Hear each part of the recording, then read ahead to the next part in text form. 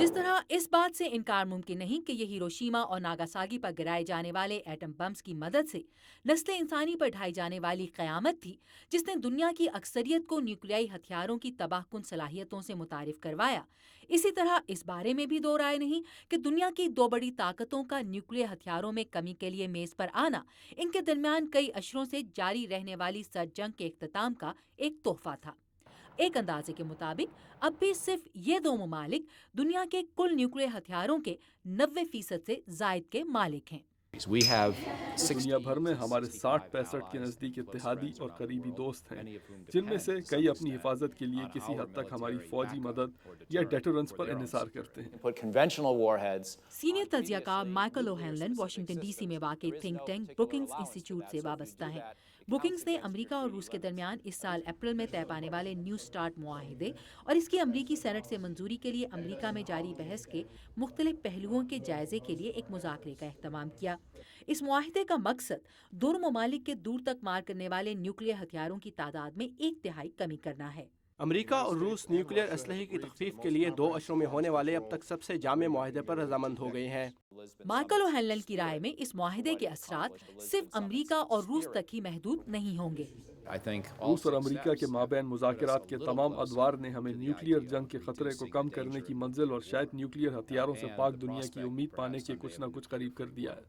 ताहम इस मुआहिदे की मुखालफत में पेश रिपब्लिकन पार्टी के अरकान में से कुछ के ख्याल में अमरीकी इंतजामिया ने रूस की जानिब से न्यू स्टार्ट ट्रीटी पर दस्तखत के बदले में एक खुफिया मुआहिदे में अपने मिसाइल डिफेंस प्रोग्राम को मुंजमद करने की रजामंदी दे दी है। Outside of the treaty, रूस के इस मुआहदे पर दस्तखत के बदले में अमरीका मशरकी यूरोप में मिसाइलों पर मुश्तमिल कोई नई दिफाई तनसीबात तामीर नहीं करेगा। National institute for public policy के बानी और सदर कीथ पेन की राय में इस मुआहिदे की मुखालफत की बड़ी वजह ओबामा इंतजामिया का इसकी जुजियात के बारे में गैर वाज़ेह रवैया इख्तियार किए रखना है। Senior members अमरीकी इंतजामिया के सीनियर अरकान न्यू स्टार्ट ट्रीटी के बारे में गलत मालूमात देने के बायस शकूक बढ़ाने की वजह बनते रहे हैं। pattern of mischaracterization and misdirection about the treaty. इस वक्त अमरीकी सेनेट में ज़ेर बहस न्यू स्टार्ट ट्रीटी को मंजूरी के लिए सादा अक्सरियत की ज़रूरत है, जो अक्सरियत की राय में डेमोक्रेट्स बआसानी हासिल कर लेंगे।